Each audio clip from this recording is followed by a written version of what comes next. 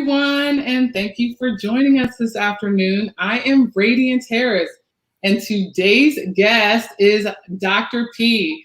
We're going to be talking about trademarks as a leadership decision. And so I have Dr. P here with me today to share her business journey. And to start, welcome, Dr. P. I'm excited to have you here today. Oh, thank you for having me. I'm excited. Yes. So please share with our audience, introduce yourself and what you do and who you serve. Okay. Hello, everyone. I am Dr. P. I am a leadership coach and DEIA advocate in organizations. I primarily serve educational institutions and nonprofit organizations that are in advocacy and diversity work. And I'm president of the Ronald group. I don't know if I said that, but we primarily focus on two streams: leadership coaching for middle management or those that want to go into management. And then we also focus on diversity, equity, and inclusion as an organizational strategy. Awesome. So that DE&I right now, that's a buzzword. That's a hot topic going on right now. So tell me, how did you get into that field? Oh my goodness. So I previously into becoming an entrepreneur, I was a tenured professor. So I am what they call a race scholar and a leadership expert. So I've studied race and the impact of race and racism in organizations for close to almost 20 years now. Wow. So it's been my space in that research realm. And then I directed master's and doctoral level programs in higher ed. So I just use that to be able to prepare leaders lead and be culturally competent in their organizations. And then a few years ago, I stepped out on my own. So what was the catalyst that inspired you to leave and start your own thing? So, like I said, I was a director of graduate programs, right? So many companies would call the university and we would do training, outsourced training. And I was primarily the lead trainer that will go into organizations, leadership development, cultural competency, diversity work. And I was billing a lot of hours for the university. So when we started, when it was time for me to renegotiate my contract, I wanted to include either some of those billable hours on my salary or get some sort of, course load reduction. And the university was not having it. Yeah. And so we just made a decision, or I made a decision that I would step out on my own. And I knew what I was worth. I knew what I was bringing to the table. And I said, if the university wasn't valuing me, I would go where I was valued myself. Well, good for you. Kudos to you for it's not easy to take that leap of faith, especially if you weren't planning to do it. Right. No, it was not easy, but I'm so glad. I'm so glad that I did it. Good. Awesome. So you've been in business now, 3 years now? Yes, I've been in business for 3 years now. So at what point in your business journey did you decide it was time to get a trademark? So having worked at the university and working with some of those companies, I was like, okay, wait a minute. That's when I knew at the university, like, here's my work. And I created a lot of those programs.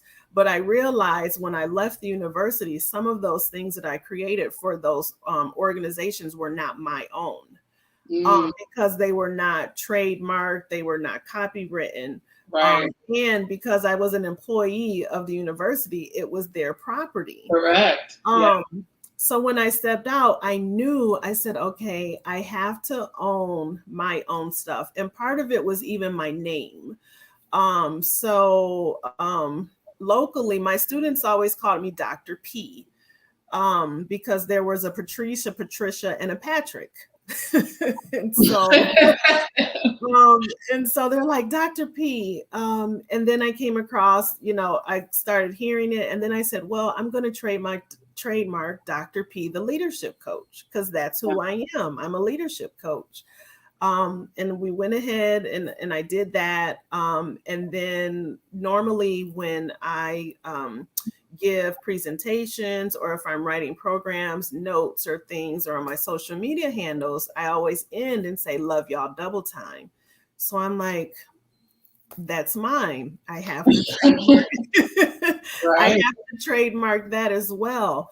And so even now, some of the programs that I've created and, doing some joint work, I'm like, I need to trademark those because those are my ideas as well.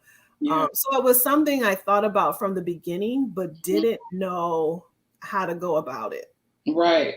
So, and what did you do to learn more about it? Like, what was the spark for you to say, this is the time to do it now? Because I know oftentimes a lot of business owners just don't know that they need a trademark. Mm-hmm. They think because they have an LLC or they bought a bunch of domain names that they're good and they legally own that name, but that is false. And so how, for you, right? I mean, how did you know, okay, it was time, or what, I guess, moved you to take the steps to actually initiate the trademark process? Okay, so I tried to do the Smarty Pants thing and Google it. And I was like, this is too much. I don't know what I'm doing. And the legal jargon is intimidating. Right. Here I was a professor and I'm like, I don't understand what this is saying. So I asked a few people I knew that own businesses, and I said, I'm thinking about trademarking. And honestly, a few people told me, you don't need that. Why would you do that? And I was like, well, I want to own my own stuff. And sometimes a copyright alone is not going to do it. And then the last straw, I was at a board meeting. So I'm still trying to go through and read up on it, but didn't really know. I kind of mentioned it to a soror of mine and she's like, you should go for it. Yeah. But I was at a board meeting and I asked this guy next to me and I said, I'm thinking about getting a trademark and I don't know where to go. And he knew immediately. He said, here's an attorney. And then I also asked another woman that's in a group with me. And I said, do you know anybody? And they both said the same person. Oh, wow. Okay. And I was like, okay. So I called him and he walked me through the process. And really, he did a lot of the application process for me. And, I didn't even care at this point. I'm like, I don't care how much it costs. I'm just going to do it. Yes. Good for you. Yeah. Good for you. And then good for you for not listening to the people who said, oh, no, girl, you don't need that. You don't need that. I know. Because imagine if you hadn't. And I always tell people, none of my clients ever regret getting a trademark. But there are so many people who regret either not getting a trademark or not getting it sooner. Mm-hmm. So no regrets, I'm assuming. Not a one, okay? I figure, I said by the time I'm done and my children can take over, we'll have tons. Yes, yes. So tell me about the first 3 years of business. So you've been in business 3 years. Yes. How has that been for you? Has it been a walk in the park? Have there been some challenges? Honestly, it really has been a blessing. The first year I was like, oh my gosh, did I make all this money? Right? The first year I was like, wow. But I didn't plan correctly that first year, right? So when tax time came and I got that bill, I was like, oh, okay. Right. Now I need to start planning those quarterly payments, right? And so one thing I realized, and this is what I kind of tell my leadership clients, is that for the first 3 years of business, I really had to step out of my comfort zone and ask. Here I am, the leadership coach, and I was asking a lot of questions. So, I was hearing a lot about branding. And like you said, everyone's doing diversity work. And then I'm like, well, I am the leadership expert. Well, I'm the leadership race scholar in higher ed. People know me. They've read my work. They've seen my books. but transitioning to an entrepreneur as the leadership expert and scholar was different. Yeah. So I will say it's been a fun ride so far. I have some very good clients. My coaching clients are awesome. I'm just blessed that they let me pour into them. And so, I always put in, so I have this, I wish I could show you this calendar that I have. And I plan out, so I say, okay, this is my goal for the next 3 months. I want X amount of contracts. I'm going to meet X amount of people. Yeah. I'm going to move, even though we've been secluded for a year and a half, I am going to send, X amount of emails or telephone calls to, so it's been fun. I haven't had any of the huge mishaps that I hear a lot of entrepreneurs have had. So I'm just going to continue to be prayerful that that doesn't happen anytime soon. That's great. And so will you say, what has been the thing? Because as I'm sure you're aware, like entrepreneurship is not for the faint of heart. There are days where you are like feeling real good and confident. You got your chest out, you've got your Superman stance, and other days you're like crying in the fetal position in the corner. So what has kept you going and focused on your mission? Like what do you do? What are some things that you do to keep you going, keep you in the entrepreneurship game? Okay, so one thing that I make sure I do is that one day out of the week, I just spend with myself. Like I have Fridays are my days to replenish. So that's when I'll go for a walk, go get my nails done, go get my massage, just pamper me are Fridays. And I've kind of kept that because when I was a professor, I didn't teach on Fridays. So I've stayed with that. Another thing that I've done is I've celebrated the small wins, right? So there was a turning point for me was a few months ago when I got a call and said, we want you to submit a proposal for a senator. And I said, oh, wow, like U.S. senator, right? Yeah. So I put in all this work, submit this proposal. And then, they're like, okay, I knew it was between me and someone else because when they always touch back to say, is this the correct fee? Right. And I was like, yes, it's the correct fee. Couple days later, they notify me that, I didn't get the contract. So I was bummed. Like everyone was calling, like, are you okay? Because I was just like, I knew I got this, right? In my spirit, I'm like, I knew I got it. So I was bummed for a few days. But the one, and I even reached out to them. So this is the part of an entrepreneur. Like I said, you have to remember yourself. I reached out and said, I'm seeking some feedback. Could you give me some feedback on the proposal, the work, so that I can know if I were to receive a call in the future? And they respond back and say, your proposal was great. However, you were priced out of budget. And I'm like, okay, wow, I didn't know that. But that helped prepare me for a conversation that I'm having now about the same program. Okay. Where I finagled the pricing a bit and the person was like, oh my gosh, that's awesome. Yeah. But had I not asked for that feedback, I wouldn't have known. And then I could have potentially gone into another conversation and gotten another no. So that's what I've been pressing myself. And I tell my leadership clients this, I won't have you do anything that I haven't done myself. Right. Right.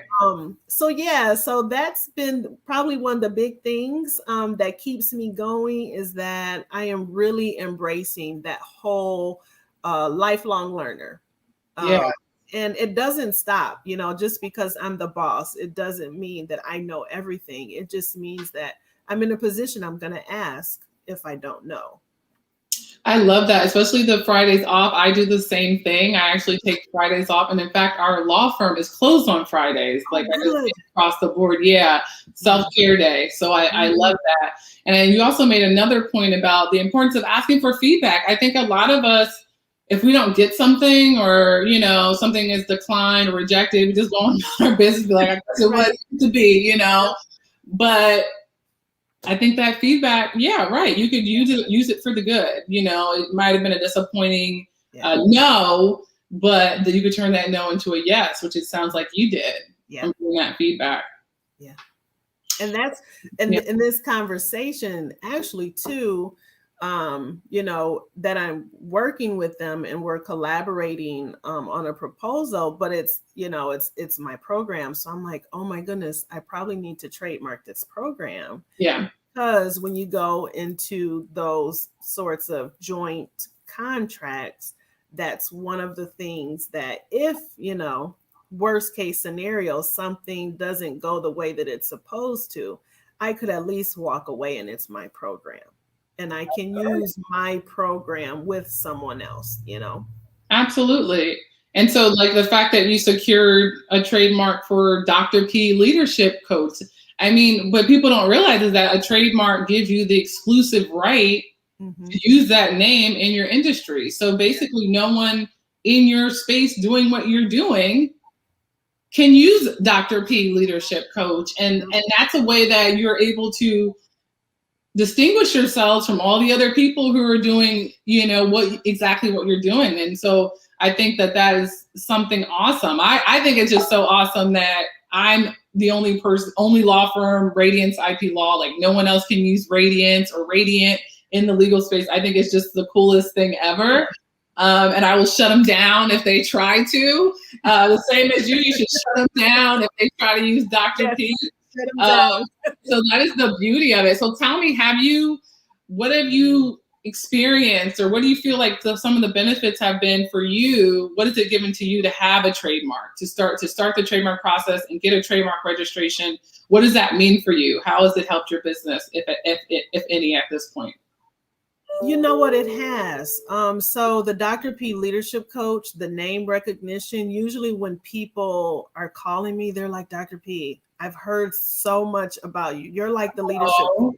You know, and it's like, it becomes your brand, you're synonymous with a leadership coach, right? Right. So, and then they're like, well, what is a leadership coach? And then I can immediately go into saying, well, this is what I do. This is the process that I use. Here are the different levels, you know, that I have with this program. Yeah. And it also signifies a level of expertise, right? Yeah. So it sets you apart from just being, you know, we see this on social media, just get an LLC, just do this. It sets you apart, and it lets your future clients and current clients know that you're serious about your business. Yes. Like, this is just not a side hustle for me. This is my business. Right. This is my life. It's my life's work, you know? Yes. And so I was determined to, when I stepped away from the university, to let my clients know that I am 100% invested in myself as well as this process. Yeah, absolutely. And that's the thing, like I find the clients that I work with, they are the ones that are very passionate and have gone all in their businesses. Like that is like the spark that is like, okay, I got to trademark this. I got to make sure this is mine. I don't want any legal headaches or issues later. Right. And so like you said, this is how I eat. It's how I pay my bills. Like, why do I want to play around with this and leave it up to chance that either someone will sue me or, you know, I have to end up rebranding. So I totally get it. So tell me, if you had known, I guess if you could do anything differently in business, what would have you done based on what you've learned these last 2-3 years? I think what I would have done prior to was let people know what my next steps were. Because I left the university kind of quietly. Once the end of the semester was over, I left the university quietly. And then Corona came because I was traveling back and forth between Ohio and California. So everything was quiet. And I had to, you know, tell some of my friends, like, I'm kind of old school in that way. You know, I grew up like on, you know, real G's move in silence. So I felt like if I was quiet and then bam, this is what right. No, hey, exactly. Yeah, it's like, no, business doesn't work that way. I should have had some strategic conversations with some key people that could have helped me maybe solidify some clients prior to me just saying bam. Mm. So yeah, if I could go back, I would tell people what I was planning to do, and these were my steps. And if they could put me in the room with someone that already had worked with me or talked with me previously so that I could explain what I was doing. Because that juncture with me leaving and then we were shut down with COVID, it kind of put a monkey wrench in that face-to-face conversation where I could have been doing Zooms or telephone calls. Mm-hmm. Yeah, I can relate to that because I mean, for starters, I never envisioned myself being an entrepreneur, but when I like made the decision to do it, it was like I did it with absolutely no plan. I had like no savings and no clients because my background was, helping Fortune 200 companies at big law firms. But when I didn't have, my passion wasn't helping the big guys, it was helping, I guess, the small and emerging businesses. So when I left, I had like no clients, didn't really have a savings. It was just like, let me just open this firm and like literally send an email to everyone I knew. It was like, I'm open for business, y'all. Like, and that was like the beginning, and so it was like, I would say the first couple of years, I was just like winging it. And I think around maybe year, I've been in business 5.5 years now. Okay. That I finally, I think around between year 3 and 4, did I start to like invest in coaching and actually get some strategies and planning.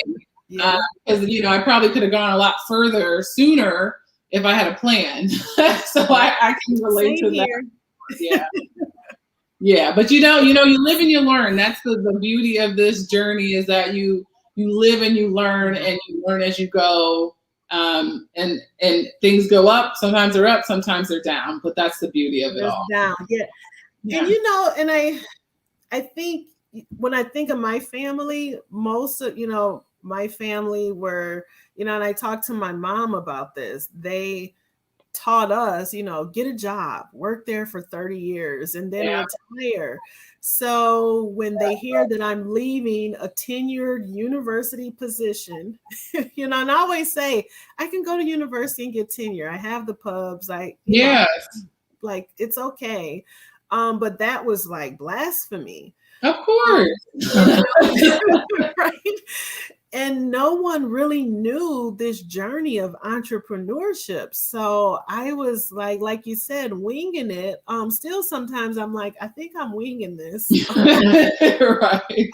But I think I've created a network, strong enough where I can ask questions and say, hey, did you do this? How are you pricing?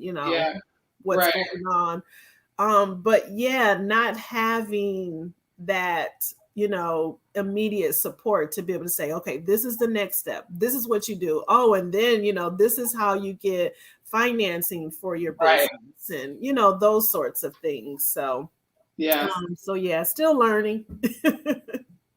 It's always a learning journey. So tell me, is there anything that you are working on or would like to share with our audience? Oh yeah, so I have a couple of things in the works.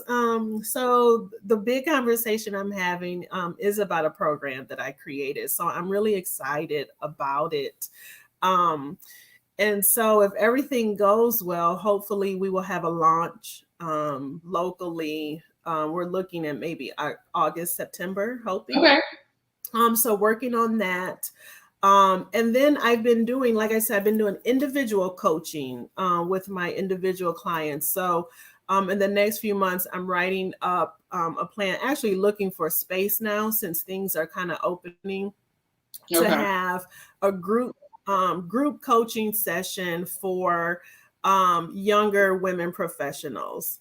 So we're really, I'm excited about that. Have a few people that are on the waiting list.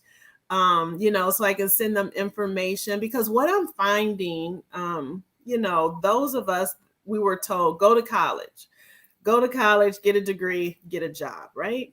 But it doesn't help us find like what our purpose is and what our passion is. So this this 4-day retreat with women will help them be able to cultivate that. And I'm a firm believer in women. Honestly, we are the influencers of our communities. And so if women are whole and living their true life's purpose, then everything else falls into line. So, amen. Those You are are absolutely things that I'm working on. Yeah, I'm excited. I really try to be as optimistic as I can because there's so many crazy stuff going on. And being a race scholar, I see a lot, and I still do, a lot of people don't know. I do trainings, cultural competence trainings for quite a few police departments locally in Michigan, which is a neighboring state. So I just told God I'm going to do what I can, my little part of the map to try to make this world a better place. So, yeah. I hear you. It is very exciting. And this is, like I said, your time to shine is right now. There's been no better time. So that's awesome. So share with our viewers where they can contact you and connect with you to learn more.